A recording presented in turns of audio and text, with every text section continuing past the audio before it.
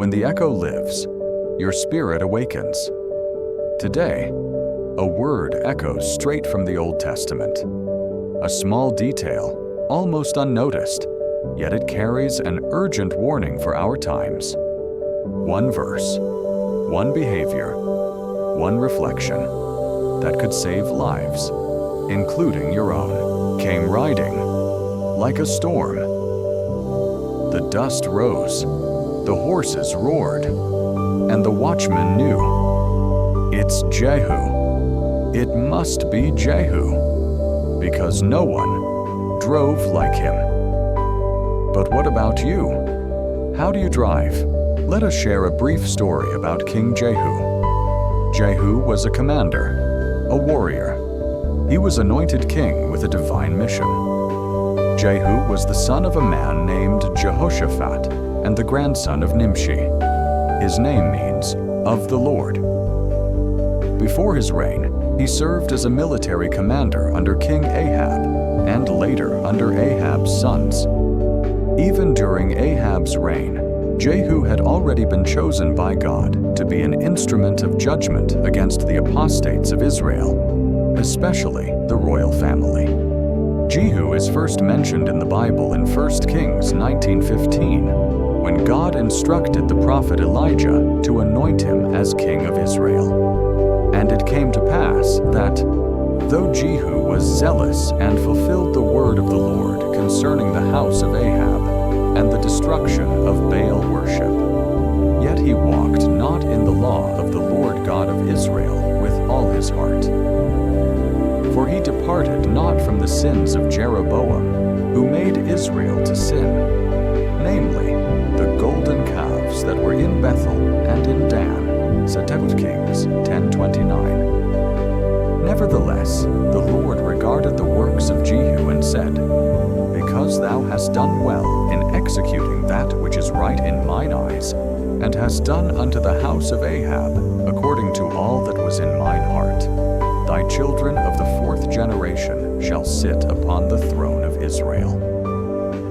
And so it was that the house of Jehu reigned over Israel for about 100 years, the longest of any dynasty in the northern kingdom. Yet Jehu took not heed to walk in the law of the Lord God of Israel with all his heart, for he departed not from the sins of Jeroboam. Wherefore the Lord began to cut Israel short, and Hazael smote them in all the coasts of Israel, from Jordan eastward. And Jehu slept with his fathers, after he had reigned over Israel in Samaria 28 years. And they buried him in Samaria, and Jehoahaz his son reigned in his stead.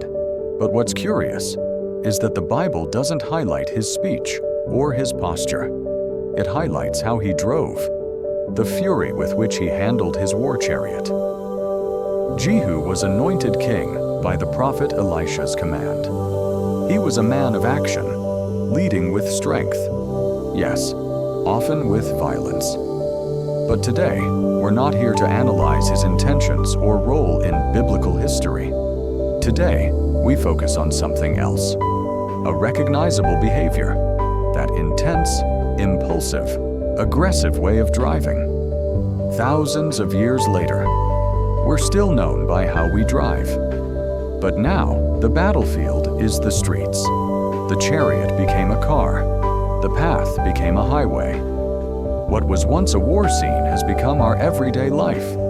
The rush, the impatience, the recklessness.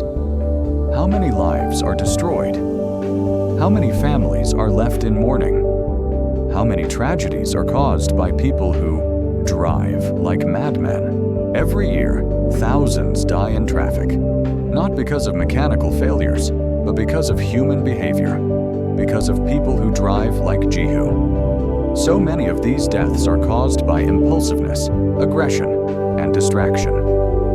Speeding, road rage, disrespect. One moment, one decision, and the irreversible happens. The Bible is filled with hidden lessons tucked inside seemingly simple stories.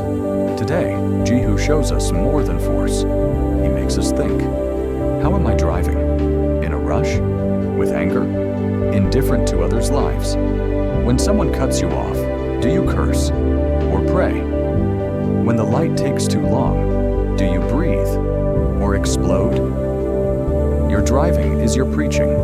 Your steering wheel can be your pulpit. Your car, your silent ministry. The way you drive may be a silent testimony of who you are.